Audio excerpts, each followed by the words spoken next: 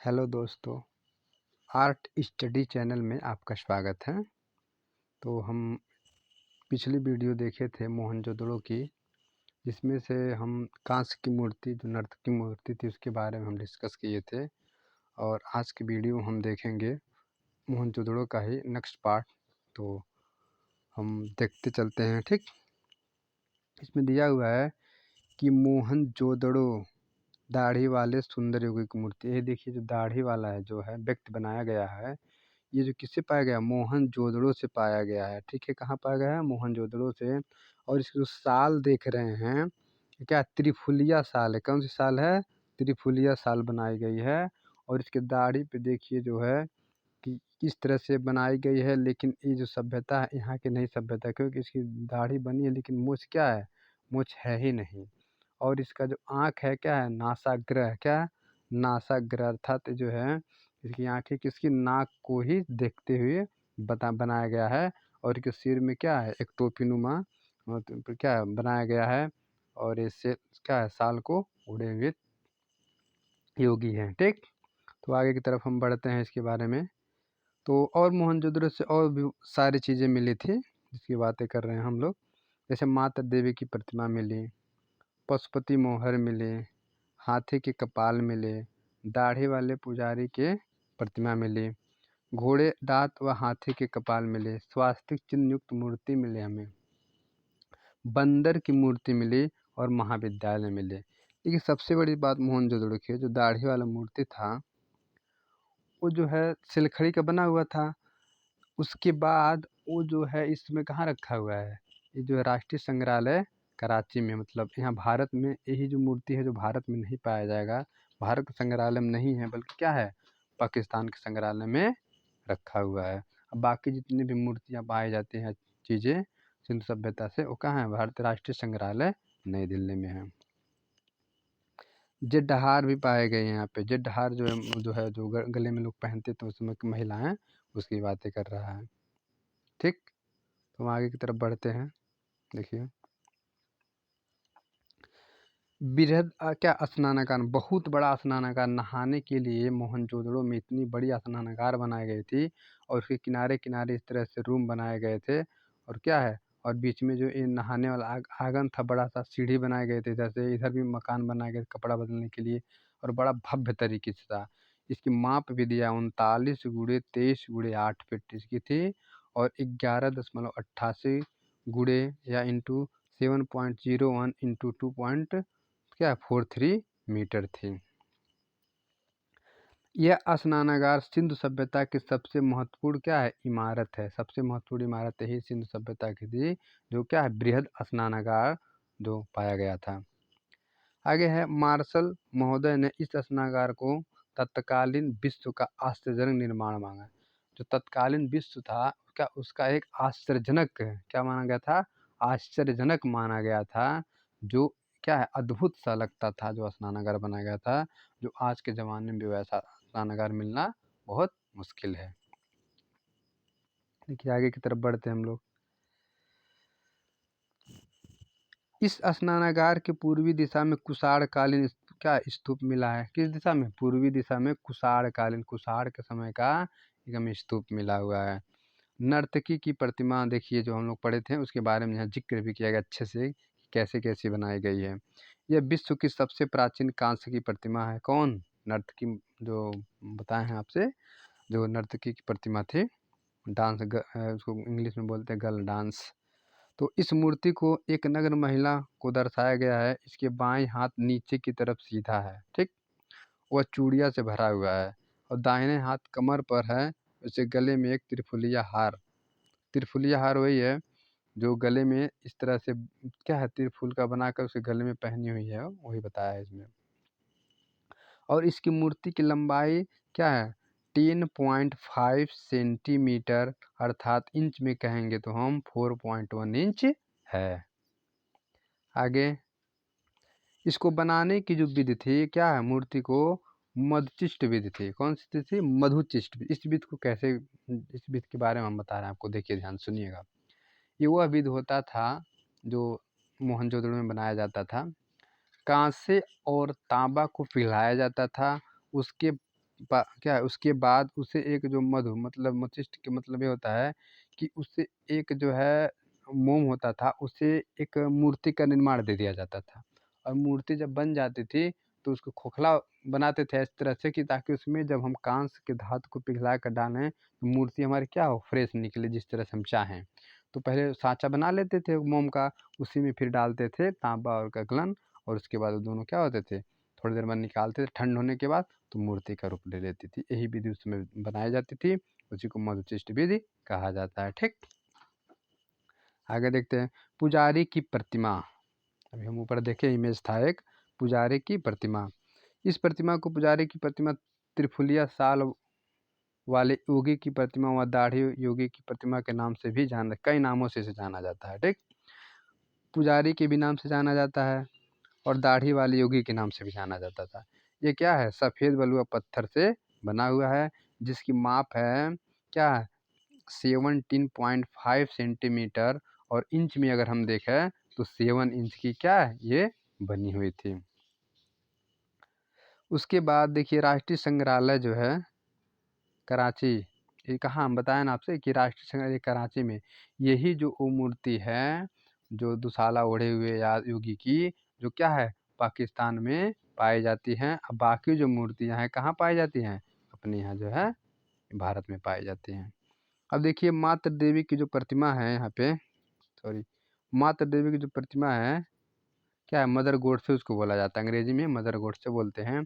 अब इसमें देखिए ये जो है मदर गोडसे की मूर्ति है, ये भी है, फिर ये जो है एक जानवर है, और ये सांड का है। इस तरह से मूर्तियाँ क्या है बनाई गई थी। किस चीज़ की सब मूर्ति बनाई गई थी, ये सब जो मूर्ति हम पढ़ रहे हैं ये सब मृण मूर्तियाँ थी जो मिट्टी की बनाई हुई गई थी। किसकी बनाई गई थी, ये सब जो है मृण मूर्तियाँ जो मिट्टी को बनाकर, मिट्टी से ही बनाकर उसको पकाकर क्या है तैयार किया जाता था। सो गाइस, तो इसमें हम देखते हैं जो चीज़ें हैं वहाँ पे पाई गई थी क्या है, पकी हुई पाई गई थी, अर्थात उसको क्या पकाया गया था, किसमें, आग में। किस तरह से, जैसे भट्ठी बनाकर उसमें आग में डालकर पका दिया जाता था, पकने के बाद ये क्या है पूर्ण रूप से तैयार हो जाती थी। माध्यम क्या था, टेराकोटा। टेराकोटा को ही हम क्या कहते हैं, मिरमुटिया, जो इसको बनाने के लिए हम पहले मिट्टी से बनाने के बाद इसको भट्ठी में क्या है उसको बढ़िया से पकाते हैं।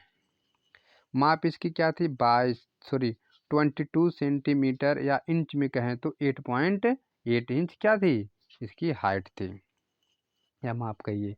ये कहाँ है, देखिए राष्ट्रीय संग्रहालय नई दिल्ली में। सामान्यतः आपसे देखेंगे 90 से 92-95% तक जो मूर्तियाँ पाई जाती है भारतीय संग्रहालय में पाई जाती है, अर्थात राष्ट्रीय संग्रहालय में ही है। और एक आध दो मूर्तियाँ ऐसी हैं जो क्या है लाहौर अर्थात पाकिस्तान में पाई जाती हैं। ठीक, आगे की तरफ देखते हैं। टेराकोटा माध्यम से बनी मूर्ति चिकोटी बीज से बनाई गई, और इस मूर्ति के सिर पर पंखेनुमा क्या है, कपनुमा आकार की टोपी मुकुट था। देखिए चिकोटी विधि क्या होती है, देखिए जब हम मिट्टी को गीला करके, ठीक, तब किसी चित्र को मूर्ति को बनाते हैं, तो जैसे कान बना रहे हैं तो कान को चिकोटी मतलब आँख को बनाते हैं चिकोटी, नाक को चिकोट चिकोट मतलब जिस तरह चिकोटा नहीं जाता है किसी को, मतलब क्या चिंगोट लिया, तो इस तरह से हम चिकोट चिकोट कर बना जाते हैं, उसी को चिकोटी विधि कहते थे। ठीक, आगे की तरफ देखते हैं। पशुपति मोहर, क्या देखते हैं, पशुपति मोहर। माध्यम स्टेटाइड या सेलखड़ी पत्थर, इसका माध्यम क्या था, पशुपति जो मोहर था स्टेटाइड या सेलखड़ी पत्थर एक आता था, उससे क्या बनाया जाता था, उस मूर्ति को बनाया जाता था। ठीक, आगे देखते हैं। पालथी मारकर बैठे मनुष्य आकृति व 3 मुख वाले देवता को दर्शाया गया है। पशुपति की इस आकृति में 3 सींगों वाले मुकुट को दर्शाया गया है, और आकृति के दाएं तरफ हाथी है। तो ध्यान दीजिएगा, दाएं तरफ, दाहिना हाथ मजबूत होता है तो हाथी और बाघ आएगी, बाएं हाथ थोड़ा सा कमजोर होता है तो गैंडा और भैंस आएगा। तो इन दोनों से ताकतवर कौन है, हाथी, ठीक, और बाघ, ये दोनों बहुत ताकतवर है तो दाएं हाथ में पाए जाएंगे। जो कम ताकतवर वाले होंगे जैसे गैंडा भैंसा ये बाएं हाथ की तरफ है। और नीचे की तरफ हिरन अंकित किया गया, क्या है, नीचे की तरफ हिरन अंकित किया गया है। आगे देखते हैं। मोहनजोदड़ो से टिकरे नाव पर रेखांकन व टेराकोटा बैल की प्रतिमा भी प्राप्त हुई। किसकी, बैल की प्रतिमा भी प्राप्त हुई थी। ठीक, आगे देखते हैं।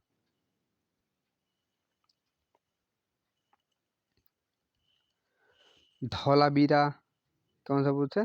धौलावीरा कहाँ पाई जाती है? गुजरात में। इसके बारे में देखते हैं। देखिए, धौलावीरा सिंधु सभ्यता का एकमात्र ऐसा नगर था जिसका विभाजन त्रिस्तरीय पद्धति, जबकि अन्य नगरों का विभाजन द्विस्तरीय पद्धति पे हुआ था। ये क्या होता है त्रिस्तरीय पद्धति? देखिए, अन्य को आप देखेंगे, अगर ध्यान से सुनिएगा, यहाँ पर देखिए, अगर अन्य जो है जैसे मोहनजोदड़ो हड़प्पा को देखेंगे तो दो टीला था, एक पूर्वी था और एक पश्चिमी टीला, दो ही टीला। लेकिन यही जो है जो आपका है कि 3 टीलों में बजा हुआ है। इसको कौन कौन सा है बताइए? धौलावीरा का दुर्ग टीला, मध्य टीला और नगर टीला। तो सबसे जो ऊंचा होता था उसको हम क्या बोलते थे? दुर्ग टीला। और जो उससे बीच में होता था मध्य टीला, और जो सबसे नीचा होता था नगर टीला। इसमें कौन लोग रहते थे? इसमें राजा कौन रहते थे? राजा लोग रहते थे। और मध्य वाले में मंत्री संबंधित हिंद जो रहते थे, और नगर टीला में जन सामान्य लोग रहते थे। ठीक, तो चीज़ों को समझिएगा। फिर आगे है, वर्तमान में धौलावीरा सिंधु सभ्यता का भारत में स्थित दूसरा सबसे बड़ा क्या है? स्थल है। ठीक, और धौलावीरा को 2021 में यूनेस्को द्वारा विश्व धरोहर में भी क्या सम्मिलित किया गया था। इस नगर के किलेबंदी के भी साक्ष्य मिलते हैं। किलाबंदी जानते हैं? जैसे हमारे पहले के राजा लोग क्या करते थे, जितना बड़ा उनका साम्राज्य रहता था उसको इस तरह से गिरवा कर जो किला के द्वारा इस तरह से बनवा देते थे कि साम्राज्य इतना दूर मेरा है। उसी को किलाबंदी कहते हैं। जैसे इस समय भी लोग ज़मीन जब ले लेते हैं तो क्या कर देते हैं, और साइड साइड से दीवार चलाकर घेरवा देते हैं और उसको गेट लगा देते ताकि ज़मीन मेरा ही, वो किसी अन्य को हड़प ना सके कोई अन्य नजर। आगे की तरफ देखते हैं हम। सिंधु सभ्यता का सबसे नवीनतम शहर भी इसे कहा जाता है। अब आते हैं धौलावीरा से प्राप्त अवशेष कौन कौन से हैं। धौलावीरा से हमें मिले अवशेष क्या क्या थे? तो क्या थे? पालीदार श्वेत पत्थर और स्टेडियम। देखिए, स्टेडियम धौलावीरा से हमें बहुत बड़ी बड़ी चीज़ें मिली थी। तटबंध मिला था, 10 बड़े आकार का संख्या, सबसे बड़ा सिंधु सभ्यता का सबसे ज़्यादा अक्षर यहीं पे मिला था, जो हमारा क्या है? धौलावीरा। सबसे ज़्यादा अक्षर यहीं से में मिला था। ठीक, और चीज़ें यहाँ के क्या क्या मिली हैं देखते हैं। तांबे की बटन कालीबंगा में, तांबे की बत्तख चनुधड़ो में, तांबे का हंस लोथल में, तांबे का वाड़ाग्र बनावली में, तांबे का रथ दायमाबाद। देखिए, ये एक जगह इसलिए इसको रखा गया है ताकि आपको ये पता चले कि जो कन्फ्यूजन ना। देखिए, बटन तांबे का बत्तख, तांबे का हंस, तांबे का वराग, और क्या है? तांबे का रथ। तो तांबे का बटन जो है कालीबंगा। बटन तांबे का बटन क्या है? बंगा हो जाएगा, बन से बटन या बंगा कहिए। बत्तख चूहू चूहू चूहू करता है तो चुन्नधड़ो चूहू चूहू। ठीक, तांबे का हंस, हंस लोथल में, क्योंकि हंस तो क्या है? बहुत ही सुंदर होता है। तो लोथल क्या है? बहुत सुंदर नगर था उस समय। वाड़ाग्र, वाड़ागर को क्या करा जाता है? बनाया जाता है। कैसे? तीर को क्या करते हैं हम लोग? इस तरह से बनाते हैं ना, जैसे तीर है, इसको एक क्या तीर हो गया, तो इसको जो आगे वाला हिस्सा रहता था, ये वाला हिस्सा, इसको क्या कहते हैं? वाड़ागर कहते हैं। ठीक, तांबे का रथ दायमाबाद। दायमाबाद क्या है? महाराष्ट्र में पड़ता है। तो तांबे का रथ यहाँ मिला था। क्या है? इस तरह से रथ मिला था और यहाँ पे जानवर बैठे थे, मतलब खींच रहा था, इसमें कोई व्यक्ति बैठा था। ये सारी चीजें उसमें मिली थी हमें। चन्नुधड़ो, ठीक, जो पाकिस्तान में है। प्राप्त अवशेष क्या क्या था? कुत्ते को बिल्ली का पीछा करते हुए, जो कुत्ता था ये इस बिल्ली को क्या कर रहा था? पीछा कर रहा था। किस तरह से कर रहा था? इस तरह से दौड़ा दौड़ा के कर रहा था। ठीक, आगे देखते हैं। सौंदर्य प्रसाधन, अलंकृत हाथी, लिपस्टिक। देखिए, चंदड़ो जो था पाकिस्तान में, यहाँ सबसे ज़्यादा हमें सौंदर्य प्रशासन मिला। सौंदर्य प्रसाधन से लिपस्टिक, कंघा और हाथी के अलंकृत हाथी और बहुत सारे चीज़ें वहाँ से मिली थी। ठीक, तो आगे देखते हैं हम लोग नेक्स्ट। तो यहाँ से क्या मिलता है? देखिए, वक्राकार ईंट मिला, तांबे का बत्तख मिला, मनके बनाने का कारखाना मिला, और बिना गढ़े क्या गढ़े वाले अनेकों सिंधु नगर मिले। ठीक, बिना गढ़ वाले अनेकों, अकेला सिंधु नगर है, बिना मतलब गढ़ का है, अकेला सिंधु नगर है ये। ठीक, बातें समझिए थोड़ा सा। वक्रकारी, ठीक, तांबे का बत्तख, सब ठीक है। क्या है? मन के बनाने का कारखाना, ये सब हमें कहाँ से मिलता है? लोथल से मिलता है। ठीक, कालीबंगा जो राजस्थान में पाया जाता है, यहाँ से क्या क्या चीज़ें हैं देखिए। कालीबंगा से प्राप्त अवशेष कौन से है? काले रंग की चूड़िया, इसीलिए इसको काली बंगा कभी कहा जाता है, काले रंग की चूड़ियों की वजह से। जूते हुए खेत के साक्ष्य, कुएं में क्या है? घरों में कुएं के साक्ष्य, तांबे का बटन, बेलनाकार मोहर, सिलेंडर सेल, और क्या है? लकड़ी की नालियों के साक्ष्य में कहाँ से मिलते हैं? काली बंगा से मिलते हैं। ठीक, काली बंगा से मिलते हैं। आगे देखते हैं, कालीबंगा से और भी चीज़ें मिल रही हैं हमें। हवन कुंड मिल रहा है, कांसे की सुई मिल रही है, देखिए सुई, सुई मिल रही है हमको, सुई, कांसे की सुई। ऊँट की हड्डियाँ मिल रही हैं। ठीक, कालीबंगा का शाब्दिक अर्थ होता है काले रंग की चूड़ियाँ। किसे? काले रंग की जैसे चूड़ी होती है, जो काले रंग की चूड़ियाँ कही जाती है। आगे देखते हैं, लोथल। लोथल गुजरात में कहाँ पाया जाता है? गुजरात में। लोथल सिंधु सभ्यता का बंदरगाह नगर, डाकयार का था, डाकयार का था। लोथल सिंधु सभ्यता का क्या मैनेस्टर भी कहा जाता है? लोथल का सिंधु सभ्यता क्या कहा जाता है? मैनेस्टर। देखिए मैनेस्टर इसलिए कहा जाता है कि लोथल ही ऐसा जगह था जहाँ पूरी सिंधु सभ्यता का एक व्यापारिक केंद्र था, और यहीं से ही जो है सिंधुवासी लोग एक देश से दूसरे देश में जाते थे और व्यापार को करते थे, और अन्य देश वाले भी सामान इसी बंदरगाह पे लाते थे जहाज़ के माध्यम से, और ठीक, और यहीं पर अपना व्यवसाय करते थे, इसीलिए इसको मैनचेस्टर कहा जाता है। बात समझ रहे हैं?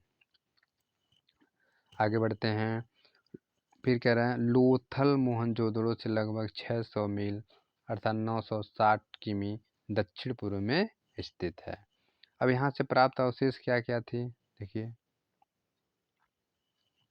गोदीवाड़ा के साथ जहाज बनाने का कारखाना, तांबे का हंस, तराजू के साथ पत्थर बाट मिले, शतरंज के नमूने मिले, जहाज की बेदी मिली, तांबे क्या है? हाथी दांत का पैमाना मिला, अनाज पीसने की चक्की मिली। ये लोग बहुत, देखिए ये जो इसलिए आगे थे ताकि यहाँ पे जितनी भी इंडस्ट्रियल संबंधित या कोई भी ऐसा चीज़ मानिए जो प्रोडक्ट के संबंधित हो, ये लोथल से ज़्यादा मात्रा में मिला था।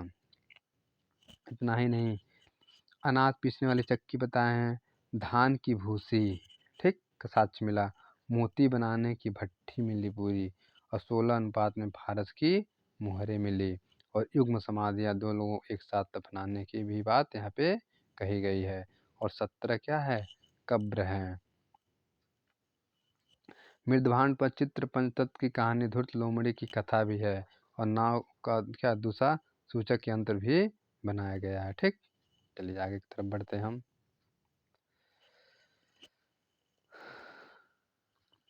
बनावली हरियाणा के हिसार जिले में प्राचीन सरस्वती नदी के किनारे से, बनावली, अब बनावली की बात कर रहे हैं हम। प्राप्त अवशेष क्या क्या था? मिट्टी के बर्तन, शेलखड़ी की मूर्ति, और हल आकृति के खिलौने यहाँ पे पाए जाते थे। ठीक, तांबे का बारागरा, ये जो बताया था ना, ये बारागड़ा इसी को बोलते हैं जो तीर बनाया था। उसमें पीतल या धातु के लोग, कांच के लोग क्या बनाते थे। ठीक, अब आगे हम बढ़ते हैं। ठीक है, देखिए अच्छे से चीज़ों को अगर हम समझते चलेंगे तो हमसे कोई गलती नहीं होगा। ठीक है, तो देखिए पिछली जो वीडियो हम बनाए थे उसमें थोड़े से आवाज़ में कुछ टेक्निकल इशू की वजह से आवाज़ आ रही थी, तो थोड़ा सा दिक्कत हुआ था, लेकिन कोई बात नहीं है। पढ़ाई पे ध्यान दीजिए, जो चीज़ें कही जा रही उस पे थोड़ा सा गौर करिए। ठीक, राखी गढ़ी हरियाणा में पाया जाता है। राखी गढ़ी कहाँ है? हरियाणा में। कहाँ हरियाणा? भारत में। ठीक, उसके बाद आगे देखते हैं, इसे हड़प्पा सभ्यता की प्रांतीय राजधानी भी कही जाती है। वर्तमान में ज्ञात सिंधु सभ्यता का भारत में स्थित सबसे बड़ा क्या है? स्थल है। देखिए धौलावीरा जो है वर्तमान में सिंधु सभ्यता का सबसे बड़ा स्थल है। ध्यान दीजिएगा इस चीज़ को। राखी गढ़ी जो हरियाणा में है, सबसे बड़ा है। क्या है? सबसे बड़ा है, बिग मतलब सबसे बड़ा है ये पूरे सिंधु सभ्यता की। ठीक है, एकदम ध्यान दीजिएगा इस चीज़ को। सबसे बड़ा पूछेगा तो आपको क्या मारना है? इसी को ही मारना है, राखी गढ़ी को ही मारना है। अब देखिए, दायमाबाद महाराष्ट्र में पड़ता है। यहाँ से प्राप्त अवशेष तांबे का रथ, तांबे के हाथी की मूर्ति, तांबे की गैंडे की मूर्ति, ये सब चीज़ें जो हमें कहाँ पाएगी? दायमाबाद में मिली। आगे देखते हैं क्या रहा है। मीठाथल, क्या है? मीठाथल हरियाणा में मिलता है अवशेष प्राप्त शंख की चूड़ियाँ। आलमगीरपुर उत्तर प्रदेश में। देखिए, यूपी की बात कही जा रही है यहाँ पे, तो इसमें थोड़ा सा जिक्र करते हैं क्या क्या मिली हमें। रोटी बेलने की चौकी मिली, सबसे इम्पोर्टेंट रोटी बेलने की चौकी मिली यहाँ पे हमें। सिंधु सभ्यता के तो मिली। अब आगे हम पढ़ते हैं सिंधु सभ्यता के प्रतीक चिन्हों और उसके महत्व क्या क्या है। चिन्ह के बारे में हम जानकारी इसमें इकट्ठा करेंगे। चिन्ह का मतलब क्या होता है? देखिए, प्रतीक चिन्ह का इधर है जिक्र और महत्व की इधर बात की गई है। ध्यान से देखिएगा। मातृ देवी को महत्व क्या था? इसको मुख्य इष्ट देवी पर इनको माना जाता था, पूरे समाज के लोग मानते थे। पशुपति शिव को योगीश्वर योगी का रूप मानते थे। कुबड़ अलवैल को पवित्र पशु मानते थे। कबूतर को पवित्र पक्षी मानते थे। पीपल को पवित्र वृक्ष मानते थे। और स्वास्तिक को क्या मानते थे? सूर्य का उपासक मानते थे। ठीक, क्या? सूर्य का उपासक मानते थे। ताबीज को प्रजनन शक्ति का प्रतीक मानते थे। बकरा को बलि का प्रतीक मानते थे। ये बकरा आदिकाल से ही इसे बलि का बकरी या बलि का बकरा कहा जाता था। ठीक है, आदिकाल से। चलिए, कोई बात नहीं, बहुत बढ़िया चीज़ है, ये सब चीज़ें जानकारी होनी चाहिए हमें। तो सिंधु सभ्यता की विशेषता के बारे में हम पढ़ेंगे। सिंधुवासी का सर्वप्रथम जो फसल था जौ और गेहूँ मुख्य फसल था। सबसे पहले जौ आया था, उसके बाद तब गेहूँ आया था। तिल, मटर, चावल, कपास व्यावसायिक फसलों की खेती करते थे। जैसे जैसे इन लोगों का विकास होता गया तो क्या आगे की तरफ कृषि को भी लेकर बढ़ना शुरू कर दिए थे। सिंधुवासी नारियल, खजूर, आम, तरबूज आदि फलों का सेवन करते थे, जिसकी जानकारी मृत भांडों पर अंकित चित्रों से ज्ञात होता है हमें। ठीक है, आगे देखते हैं कि ये जो है नोट्स को अच्छी तरह से इसको जो है बनाया गया है, प्रिंट किया गया है। अगर आप इसे अच्छे से कंठस्थ कर लेंगे लाइन बाय लाइन, तो आपका एक भी क्वेश्चन भी नहीं छूटेगा। तो सिंधु सभ्यता में सर्वप्रथम कपास की खेती की गई थी। देखिए, कपास तभी नहीं मिला था वहाँ पे, उत्थी सूती कपड़े का लोथन में मिला था, तो सिंधु सभ्यता के दायरे में आएगा ना। कृषि के प्राचीन शास्त्र मेहरगढ़ पाकिस्तान से प्राप्त हुआ था। कहाँ से? पाकिस्तान से। कपास सिंधुवासियों की मुख्य व्यवसाय फसल थी। सिंधुकालीन लोग गाय, भैंस, ऊंट, भेड़ आदि पशुओं का पालन करते थे और बाघ, हिरण, खरगोश आदि पशुओं से भी परिचित थे। सिंधु सभ्यता के लोगों को घोड़े का ज्ञान नहीं था, लेकिन एक चीज़ जानिए, घोड़े का अस्थिपंजर हमें मिला था। कहाँ से? सतकुंडा गैंड से मिला था। कहाँ से? सतकुंडा गैंड था। ठीक है, वहाँ से हमें क्या मिला था? घोड़े का अस्थिपंजर मिला था हमें। सुतकिंडा डोर उसको बोलते हैं। थोड़ा अजीब सा शब्द है, तो बोलने में दिक्कत होगा। सिंधु सभ्यता के लोगों को घोड़े का ज्ञान नहीं था। ठीक, सिंधुवासी के लोग सूती, ऊनी, रेशम आदि वस्त्रों का प्रयोग करते थे। सिंधु सभ्यता के लोग कताई, बुनाई, रंगाई का भी ज्ञान था। सोचिए, उस समय ये सब चीज़ें क्या थे जो आधुनिक मानव इस समय करता है, उस समय इनको ये सब चीज़ों की जानकारी थी। सिंधु सभ्यता के लोगों को तांबा, चांदी, सोना, टीना, कांसा, पीतल, ठीक, शीशा आदि धातुओं का भी ज्ञान था। अब देखिए, कांसा कैसे लोग बनाते थे। देखिए, इसका जिक्र यहाँ हुआ है। कांसा को बनाने के लिए पहले कांसा कैसे बनेगा? तो तांबा लेते थे प्लस टीन और जस्ता। कितना? तांबा को 90%, टीन को क्या है 7% और जस्ता को 3%, तीनों को पिघला देते थे। पिघलाने के बाद क्या होता था, कांसे का निर्माण होता था। ठीक है, तो आगे की तरफ हम बढ़ते हैं।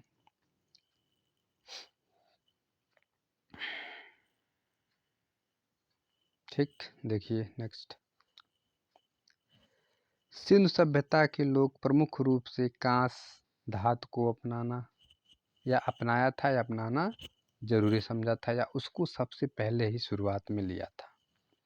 सिंधु सभ्यता के लोग सर्वाधिक ताम्र धातु का प्रयोग करते थे, इसीलिए इस सभ्यता को हम क्या कहते हैं, ताम्र सभ्यता के भी नाम से जानते हैं। ठीक, सिंधु सभ्यता के लोगों को लोहे धातु की जानकारी नहीं थी। पूछ सकता है सिंधु सभ्यता को किसकी जानकारी नहीं थी, सारे चीज़ों की थी, धातुओं में थी सामान्यतः, जैसे सोना चांदी है, ये सब चीज़ जानकारी थी। साथ ही साथ उनको लोहे की जानकारी लेकिन नहीं थी उस समय। ध्यान दीजिएगा, लोहे धातु की जानकारी सिंधु सभ्यता वासियों की नहीं थी। ठीक है, सिंधु सभ्यता में मिट्टी के बर्तन के साक्ष्य भी अधिक मात्रा में प्राप्त हुए थे। एक चीज़ और जान लीजिए कि सिंधु सभ्यता में जो है चित्रांकन अगर मिला भी हमें तो है तो बर्तनों में ही मिला है, ज़्यादातर बर्तनों के ऊपर चित्र मिले हैं, और कहीं हमें दीवारों पे या अन्य किसी पुस्तक या कहीं जगह में चित्र का अंकन नहीं मिला है।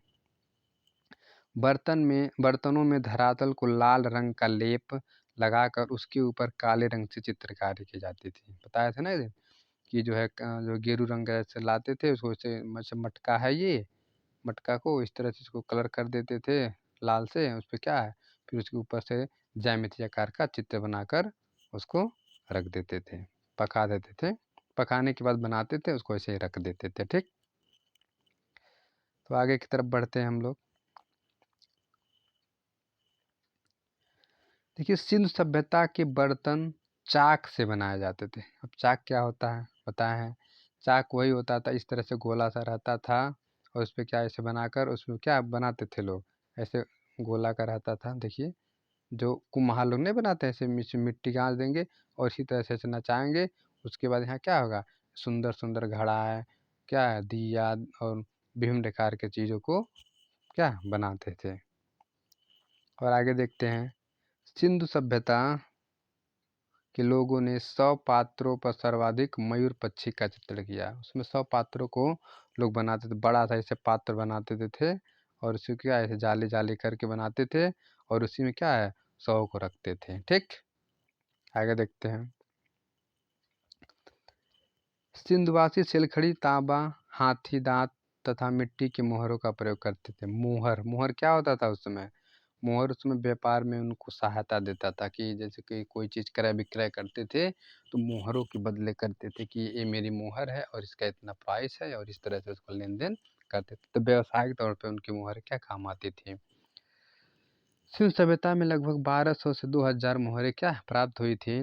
सर्वाधिक मोहरें सिलखड़ी की तथा वर्गाकार है। इन मोहरों की अधिकांशतः मोटाई क्या है 1.5 इंच थी, 1.5 इंच थी। ठीक, इतना इंच थी ये। आगे देखते हैं, हम बढ़ते चले हैं।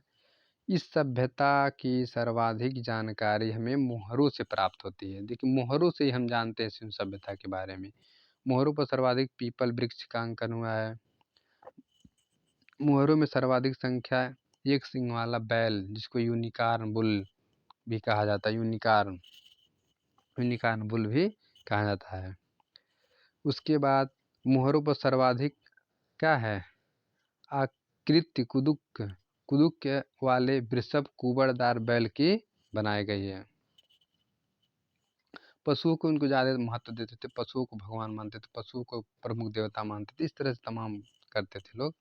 मोहरों की माप देखिए, सबसे इम्पोर्टेंट मोहरों को माप पूछता है। जैसे मोहरों की माप कितनी है देखिए, 2.8 इंटू 2.8 इंटू 1 क्या 0.5 इंच। ठीक है, लंबाई गुणे चौड़ाई इस तरह से दिया हुआ है, ऊंचाई भी। फिर वही देखिए दिया 2.5 इंटू 2.5 इंटू 1.5 इंच, फिर दिया 2.4 इंटू 2.4 इंटू 1.5 इंच, क्या थी, मोहरों की माप थी। वो मोहरें जो बनाई जाती थी उसकी एक मानक के तौर पर ना, ऐसे नहीं कि ऐसे मोहर बना दीजिए कोई छोटा कोई बड़ा, मानक होता था। क्या होता था, एक मानक होता था, उसी मानक के स्तर पे लोग बनाते थे।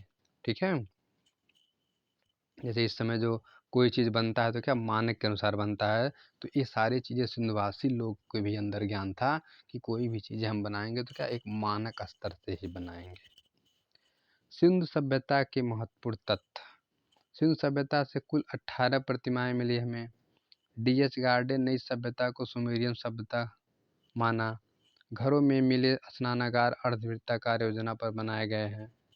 ठीक, और हड़प्पा से प्राप्त ईंटों का अनुपात, देखिए अनुपात पूछता है, ईंटों का अनुपात 4 संबंधी 2 संबंधी 1, या बोलते हैं इसको संबंध के अनुसार इसको क्या करते हैं हम लोग दर्शाते हैं। जैसे ईटा है तो इसका क्या है, 4 संबंधी 2 संबंधी 1, तो ये 4 रहता था तो ये 2 रहता था और 1 रहता था, उसका आधा उसका आधा उसका, ऐसे समझिए कि 4 का आधा 2, 2 का आधा 1, इस तरह से ईंट मान लीजिए 4 रहेगा तो ये 2 रहेगा तो मोटाई 1 रहेगा। ठीक, इस तरह समझिए तो भूलेंगे नहीं।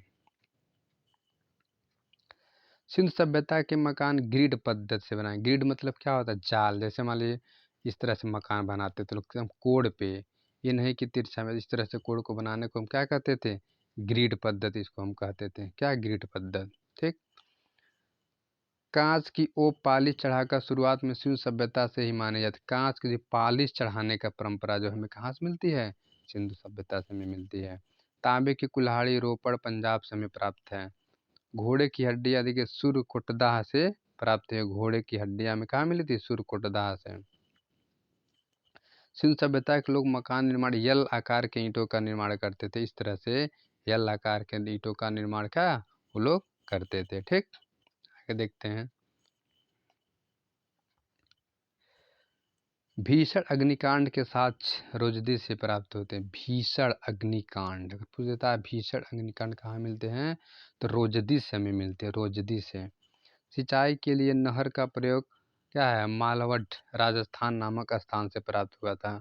सिंधु सभ्यता मात्र सत्तात्मक थी। मात्र सत्तात्मक महिलाओं को क्या था, प्रमुख स्थान होता था। जो आधुनिक युग में भी महिलाओं को क्या केंद्र में रखकर काम किया जाता है। ठीक है, उसी तरह पहले सिंधुवासी लोग भी करते थे। जब बीच में जो है जब वैदिक काल शुरू हो गया था, कौन सा काल, जब वैदिक काल आ गया था बीच में, तो क्या है, तो इसमें जो है पुरुषों को महान बनाया गया था, पुरुषों को इसमें श्रेष्ठ माना जाता था। लेकिन सिंधुवासी लोग क्या महिलाओं को श्रेष्ठ मानते थे, इसलिए मातृसत्तात्मक कहा जाता था, जो आज के आधुनिक युग में भी समाज में चल रहा है। सिंधुवासी पशुपति मातृ देवी की पूजा करते थे। किसकी पूजा करते थे, मातृ देवी की पूजा करते थे। और मूर्ति पूजा का प्रारंभ सिंधु सभ्यता से ही माना जाता है। मूर्ति पूजा की शुरुआत सिंधु सभ्यता, उसके पहले कोई पूजा वूजा नहीं होता था, लेकिन जो सिंधुवासी लोग थे पूजा का शुरुआत किए थे। मनके बनाने का कारखाना लोथल और चंदौड़ से दोनों जगह से प्राप्त है। मनके क्या होता है, जो मतलब ये जो हार और रहता था गले का और श्रृंगार जो रहता था, इसका कारखाना में लोथल और चंदौड़ से प्राप्त है, 2 जगह से। धान की भूसी के साथ हमें लोथल और रंगपुर 2 जगह से प्राप्त। धान की भूसी, तभी ना धान की भूसी मिला था, लोग कहते चावल की प्राप्ति हुई। धान की भूसी मिला तो उसे क्या कहें लोग, चावल की साक्ष्य मिले। ठीक है, तो आगे हम देखते हैं इसके बाद। ये चीज़ों को समझते चलिएगा, ये बहुत बढ़िया चीज़ है, चैप्टर है जो हम उसमें आप लोगों का जो है वो जो है उसमें करा रहे हैं घटना चक्र में। तो घटना चक्र पढ़ने से ये होगा कि हमें जो प्रश्न है किस तरह से पूछता है और हमें कितनी जानकारी है उसमें, इस चीज़ के बारे में आकलन हमारा हो जाएगा। और इससे जब हम पढ़ेंगे तो हमारी जो कंसेप्ट होगी वो क्लियर हो जाएगी, ताकि परीक्षा में हमें कोई समस्या ना हो। इसलिए हम पूरी तरह से प्रयास करेंगे कि अधिक से अधिक प्रयास किया जाए कि आप लोगों का परीक्षा निकलें और अच्छे से अच्छे तैयारी करते रहिए। अगर आप लोग मेरे साथ जुड़े रहेंगे तो आप लोगों की क्या होगी, परीक्षा अच्छे से निकल जाएगी।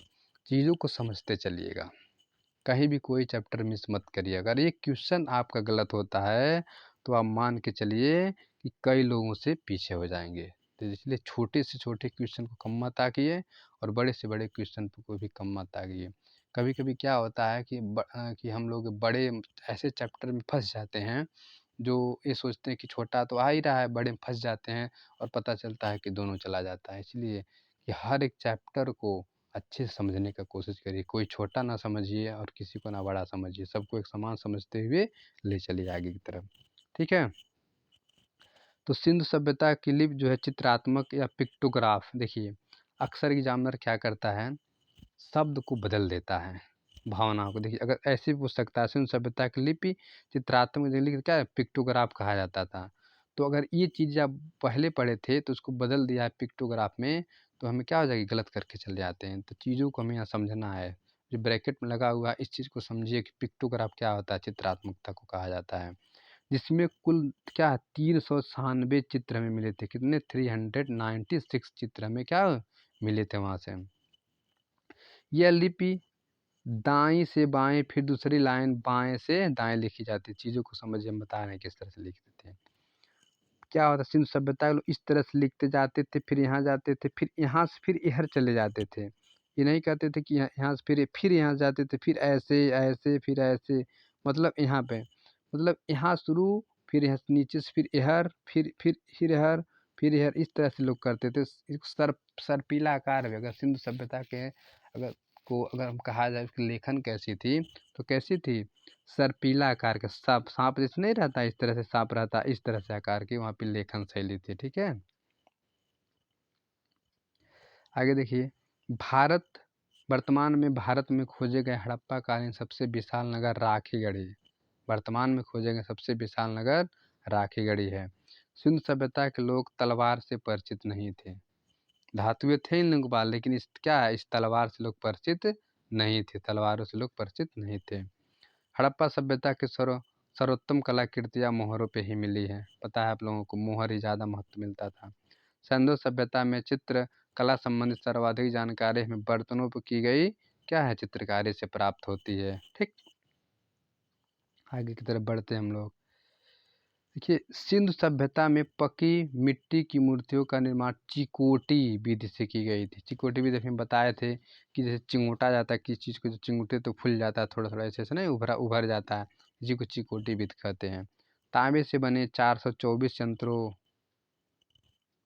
यंत्रों के ताम्र निधि मध्य प्रदेश के गुंजेरिया से हमें क्या हुआ था, मिला था या प्राप्त हुआ था। अब आगे बढ़ते हैं हम। सिंधु सभ्यता में अभिलेख युक्त मोहरें सर्वाधिक हड़प्पा से मिली। कहाँ से मिली है, हड़प्पा से मिली है। सिंधु सभ्यता में अभिलेख युक्त मोहरें कहाँ मिली सर्वाधिक, हड़प्पा से हमें मिली है। हड़प्पा से प्राप्त एक श्रृंगी वृषभ छेलखड़ी पत्थर होता था, जिसपे क्या है, बैलों का चिन्ह बना हुआ था।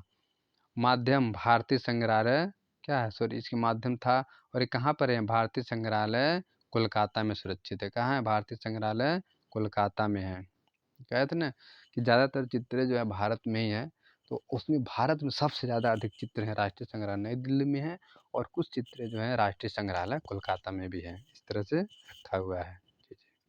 ये जो चित्र जहाँ पाया जाता था उसी चित्र को, जैसे मान लिया अगर यहाँ मिल रहा है तो उसको क्या है, मध्य भारत में मिल रहा है तो उसको दिल्ली में राष्ट्रीय संग्रहालय में दिया जाता, उत्तर भारत में और भी मिलता था तो भी रख दिया जाता था, और पश्चिम बंगाल की तरफ साइड में मिलता था, कहीं कहीं मिली है तो उसको वहाँ पे रख दिया जाता। तो पूरे भारत में इस तरह से चला था सामान्यतः। तो सिंधु सभ्यता जो थी त्रिकोणी थी, त्रिभुजाकार में इसकी क्या है, विकास हुआ है। एक मुद्रा पर पैर में सांप को दबाए गरुड़ का चित्र हमें हड़प्पा से मिलता है। जैसे एक गरुड़ है, उड़ रहा है, क्या उड़ने की तैयारी में है, लेकिन वो पैर से सांप को दबाया हुआ है और चोंच से उसको पकड़ा हुआ है। विश्व का सबसे प्राचीन नगर मोहनजोदड़ो को माना जाता है। सबसे प्राचीन नगर अगर पूछेगा तो मोहनजोदड़ो को माना जाता है। पशुआकृत युक्त मोहर मोहनजोदड़ो से हमें प्राप्त हुई है। बनावली के मकान में अग्निवेदिकाएं मिली हैं, अग्निवेदिकाएं। कालीबंगा में कच्ची ईंटों के भवन प्राप्त हुए हैं। ठीक, और कालीबंगा के भवनों के फर्श निर्माण में अलंकृत ईंटों का भी प्रयोग किया गया। अलंकृत ईंटों वो ईंटें होती थी जो क्या है, वो डिजाइन में होती थी, जैसे ईंटा नहीं आता है डिजाइन का इस समय ऐसे ऐसे, तो अलंकृत करके ईंटें क्या है उसमें लगाई जाती थी। कालीबंगा के भवन फर्शों निर्माण अंकित ईंटों का प्रयोग किया जाता था। वर्ष 2016 में सिंधु घाटी सभ्यता को संदर्भित करने वाली विश्व की प्रथम फिल्म मोहनजोदड़ो जो है क्या रिलीज हुई थी, जिसकी निर्देशन आशुतोष गोवारिक है। कौन है? वास्तु। ये चीज़ एकदम बहुत इंपॉर्टेंट, इस चीज़ को एकदम नोट कर लीजिएगा, पूछेगा।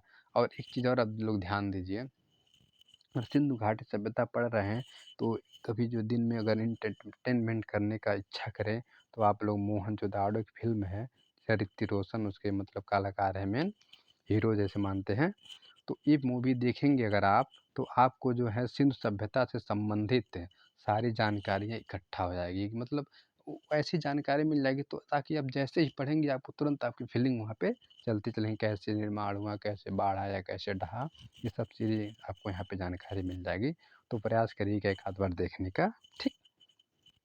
तो इसके निर्देशन कौन थे? आशुतोष गोवारिक है, ठीक। आगे की तरफ देखते हैं। सिंधु सभ्यता के समकालीन व पूर्व की सभ्यता क्वेटा थी, क्या, जो 3500 से 1800 ईसा पूर्व की मानी जाती है। इस सभ्यता की खोज क्या है? आयुरैल स्टिन। कौन? आयुरैल स्टिन, ध्यान दीजिएगा, आयुरैल स्टिन ने की थी क्वेटा सभ्यता की। यहाँ से पकाई गई मिट्टी के सिर पर बर्तन प्राप्त हुए हैं, ठीक।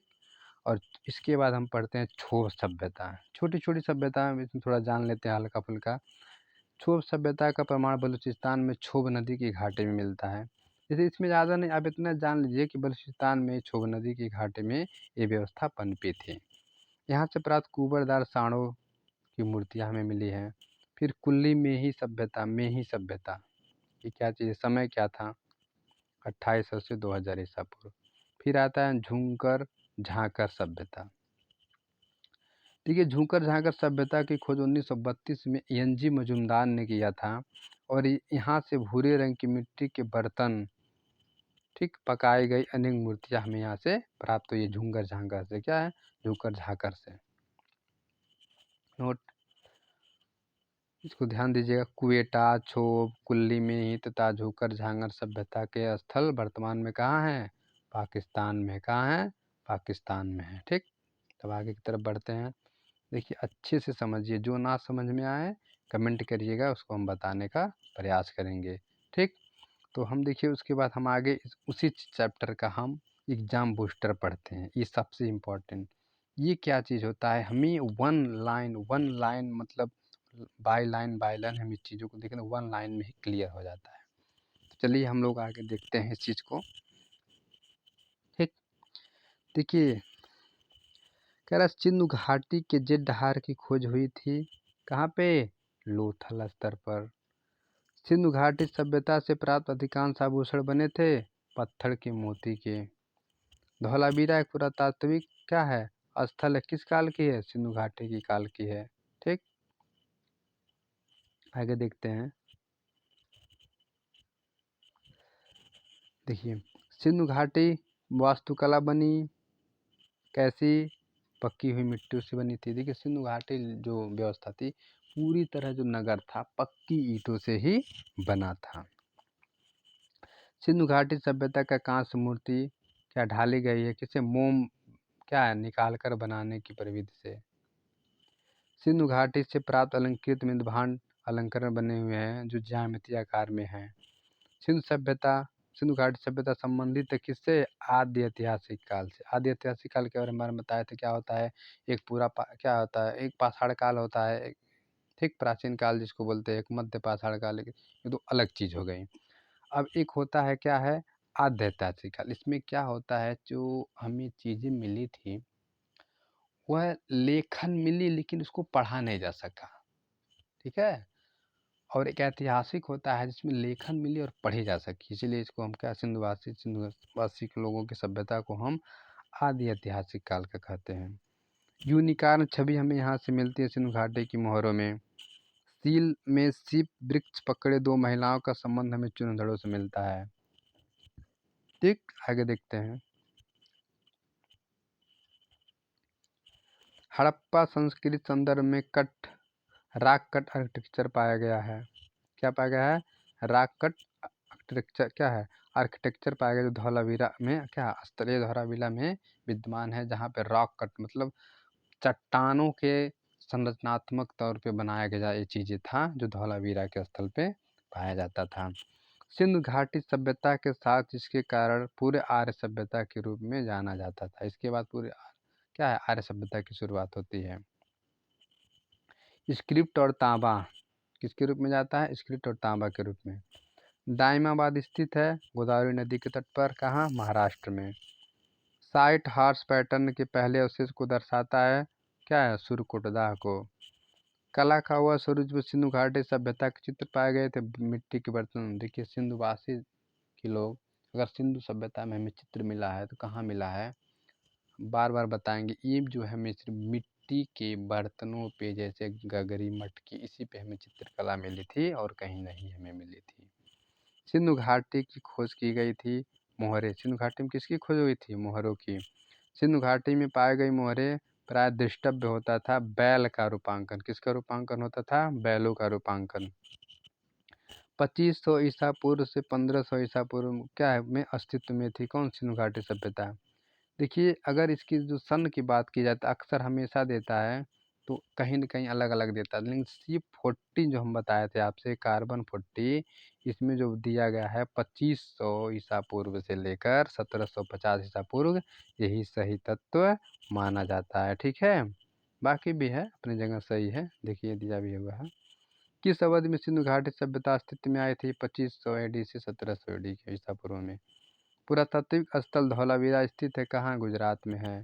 सिंधु घाटी कला का एप्लिक तकनीक, ध्यान दीजिएगा, एप्लिक तकनीक का प्रयोग किया जाता था टेराकोटा मूर्तियों को बनाने में। राजस्थान में स्थित समकालीन सिंधु घाटी स्थल क्या है, आहड़ है। राजस्थान में क्या है, आहड़ पड़ता है, आहड़। सिंधु घाटी सभ्यता के संदर्भ में जानने के लिए प्रमुख स्रोत क्या है, पुरातात्विक उत्खनन है। अगर हमें सिंधु सभ्यता के बारे में हमें जानकारी मिली तो कहाँ से मिली थी, उत्खनन करके, जब हम उसमें तमाम प्रकार के मिट्टी के बर्तन और भी धातुएं और क्या ईंटें इससे मिली, और इसी से हम उसकी जानकारी का पूरा पता लगाए थे। ठीक, सिंधु घाटी से प्राप्त मुहरें बनी सेलखड़ी से। सिंधुवासी पूजा करते थे किसकी, पीपल वृक्ष की। सिंधु सभ्यता की खोज की थी राय बहादुर दयाराम साहनी ने की थी। किसके निर्देशन में, सर जॉन मार्शल के निर्देशन में। भारतीय कला का सबसे प्राचीन केंद्र सिंधु घाटी की सभ्यता है। सिंधु घाटी की सभ्यता उत्खनन से संबंधित पुरातत्वविद राखल दास बंधु क्या है, बंदोपाध्याय, यही मेन थे, इन्हीं के द्वारा शुरुआत की गई थी। और इसके बाद जो है थे क्या, हम बताएं अभी आपको, जॉन मार्शल के निर्देशन में दयाराम किए थे हड़प्पा का, और मोहनजोदड़ो किए थे, कौन थे, मोहनजोदड़ो का राखल दास बनर्जी किए थे। संदर सभ्यता से प्राप्त परिपक्व प्रमाणिक स्थलों की संख्या, नगरों की संख्या दी जाती थी 6। ठीक, नगरीय सभ्यता का प्रथम उदाहरण मिलता हमें मोहनजोदड़ो से। हड़प्पा मोहनजोदड़ो संबंधित है सिंधु घाटी सभ्यता से, और प्रथम धातु की मूर्ति में मिली थी सिंधु घाटी सभ्यता से। ठीक है, आगे बढ़ते हैं हम लोग।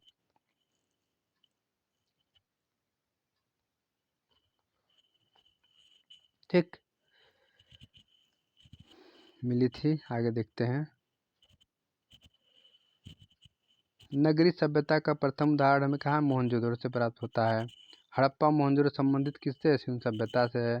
प्रथम धातु की मूर्ति कहाँ से मिली थी हमें, सिंधु सभ्यता से। और लोथल तथा कालीबंगा दोनों स्थल कहाँ है, हड़प्पा कालीन से है। कालीबंगा का अर्थ होता है काली चूड़ियों से, और लोथल से प्राप्त आकृतियाँ सिंधु घाटी की है। और हड़प्पा से प्राप्त प्रसिद्ध क्या है, लोथल। ठीक है, इस तरह से है। अब हम आगे की तरफ बढ़ते हैं फिर। नेक्स्ट देखिए, लोथल से प्राप्त आकृतियाँ सिंधु घाटी काल की है। और पुरातात्विक महत्व स्थल सबसे क्या था, लोथल, कहाँ है, गुजरात में है। लोथल स्थित है भारत में। देखिए दो तरह से पूछा था एग्जामिनर, एक बार पूछा लोथल स्थित है गुजरात में है, राज्य पूछ दिया।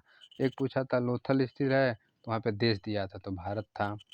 हड़प्पाकालीन स्थल लोथल और कालीबंगा है। हड़प्पा से प्राप्त नृतक धड़ बना हुआ था चूने पत्थर का। हड़प्पा सभ्यता प्रसिद्ध है किसके लिए, ईंटों के प्रयोग के लिए। ठीक है, सब चीज़ें रिवाइज करते चलिए एक बार, एक ही नज़र में। क्योंकि चूँकि हम ऊपर पढ़ चुके हैं ये सब सारी चीज़ें, लेकिन एक बार रिवाइज कर रहे हैं मेन चीज़ें। हड़प्पा सभ्यता का हिस्सा नहीं है बौद्ध मंदिर। हड़प्पा से प्राप्त प्रसिद्ध मूर्ति शिल्प धड़ बना है किसके? लाल चूना पत्थर। देखिए धड़, सीना जैसे हमारा होता है चेस्ट, ये लाल होता है, तो इसको हम इसी तरह से याद करें, लाल चूना पत्थर से। दाढ़ी क्या होता है? जब बूढ़े हो जाते हैं सफ़ेद हो जाता है, उसे हम क्या बोलेंगे? दाढ़ी बाबा। तो सफ़ेद चूना पत्थर से बने थे। ऐसे भी याद करिए, नहीं याद होता है तो। हड़प्पा संस्कृत का नगर नहीं था, गिरिनगर। आलमगीरपुर से हमें क्या दिखाई देता है? हड़प्पा सभ्यता। वह स्थान जहाँ पक्षी का पिंजड़ा पाया गया था हड़प्पा में। हड़प्पा में पक्षी का पिंजड़ा मिला था, ठीक है। वह शहर जहाँ सूती कपड़े सर्वप्रथम मिले थे हड़प्पा से। विभाजित बालों के बीच महिलाओं द्वारा लाल रंग का सिंदूर लगाने की परंपरा है हड़प्पा काल से। कहाँ से है? हड़प्पा काल से मिली है, ठीक है। फिर दिया है वर्तमान हड़प्पा क्षेत्र कहाँ है? पाकिस्तान में है। हड़प्पा सभ्यता का सबसे महत्वपूर्ण विशेषता क्या है? नगर नियोजन है। क्या है? नगर नियोजन है। इंडस वैली का संबंध किससे है? हड़प्पा से है। किससे है? हड़प्पा सभ्यता से है। आगे की तरफ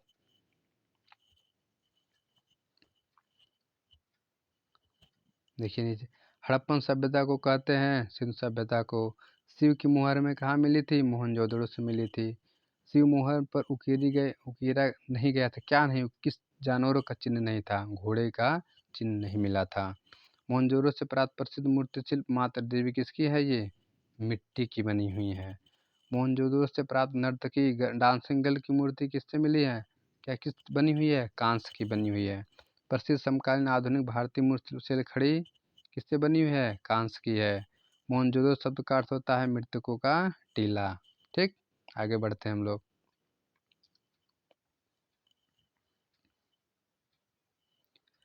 मोहनजोदड़ो के खंडहर पाए गए सिंधु घाटी की नदी पे।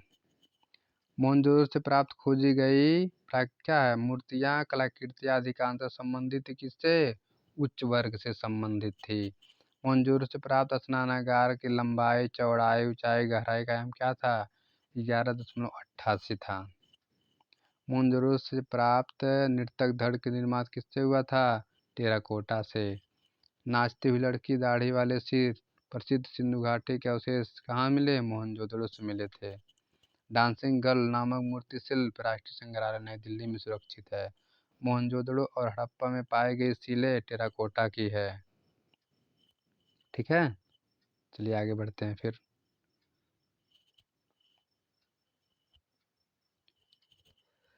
मोहनजोदड़ो से प्राप्त पशुपति मोहरे की आकृति को दर्शाते हैं। पशुओं से घिरे हुए योगी का शिव था। पशुओं से घिरे योगी का शिव बताया था ना, दाहिने साइड में कौन सा जानवर है, बाएं साइड में कौन सा जानवर है, चीज़ों को याद कर लीजिएगा। बाढ़ से मोहनजोदड़ो नष्ट हुआ था कितनी बार? 7 बार। मोहनजोदड़ो में पाए गए पुजारी का राजा का वक्ष बना था किसकी? शैलखड़ी के पत्थर से। दुसाला ओडी युगी की मूर्ति मोहनजोदड़ो की खुदाई से मिली थी। प्रथम धातु की निर्मित क्या है? नर्तकी की मूर्ति प्राप्त मोहनजोदड़ो से मिली थी। धातु से बनी नृत्य करती महिला मूर्ति की खोज मोहनजोदड़ो से हुई थी, ठीक है। आगे की तरफ बढ़ते हैं हम।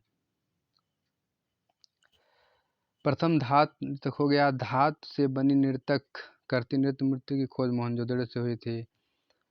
मोहनजोदड़ो से क्या स्नानागार के पूर्व दिशा में स्थित स्तूप का निर्माण किस काल में माना जाता है? कुषाण काल में माना जाता है, ठीक। सिंधु सभ्यता का प्रसिद्ध स्नानागार मिला था हमें? मोहनजोदड़ो से मिला था। प्रथम कांस्य की प्रतिमा नृत्यांगना की थी। पशु आकृत मोहर पाई गई थी? मोहनजोदड़ो में पाई गई थी, ठीक है। पशु आकृत मोहर में कहा? मोहनजोदड़ो में हमें पाई गई थी, ठीक। तो इस तरह से आगे की तरफ देखते हैं।